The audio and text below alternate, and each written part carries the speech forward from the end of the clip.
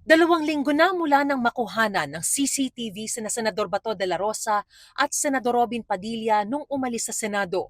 Ang makakuha ng CCTV ang naging basehan ng PNP-CIDG sa inirefer nitong reklamong obstruction of justice sa Department of Justice.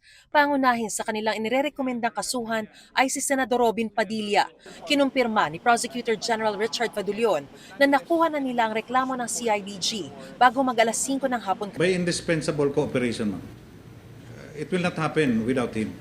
Ayon sa CIDG, kabilang din sa pinakakasuhan ang babaeng security officer ni Padilla na nakunan din sa CCTV. Hindi po yun incidental. It's not a mere hitch ride. It is plano, well-planned, well-coordinated, kasi yung may backup vehicle pa.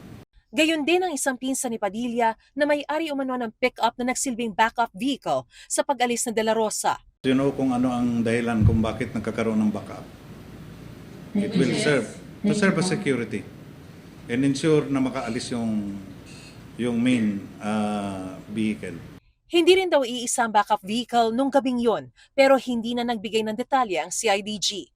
Sinusubukan pa rin ng GMA News na makuha ang panig ng kampo ng mga pinakakasuhan.